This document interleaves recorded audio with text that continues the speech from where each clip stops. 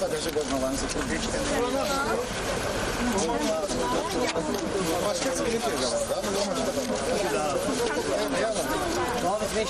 İşğaldan azad edilən ərazilərə böyük qayıdışa dair birinci dövlət proqramına əsasən yenidən qurulan Kəlbəcər şəhərinə Respublikanın müxtəlif yerlərindən əsasən yataqxanalarda, sanatoriya və inzibati binalarda müvəqqəti məskunlaşan ailələrdən ibarət növbəti köç karvanı yola salındı. Bu mərhələdə Kəlbəcər şəhərinə 32 ailə 139 nəfər doğma yurda qayıdır.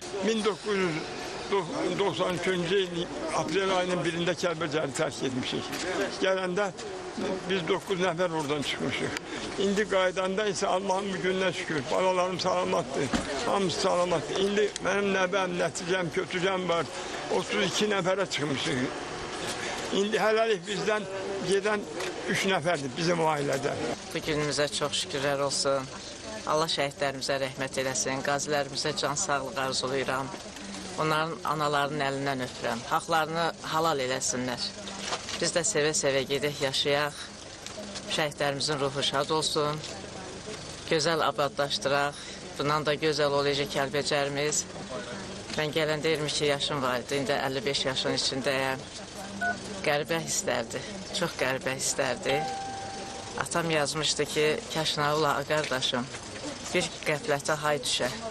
Yağı düşmən təslim ola, oxlar sına yay düşə.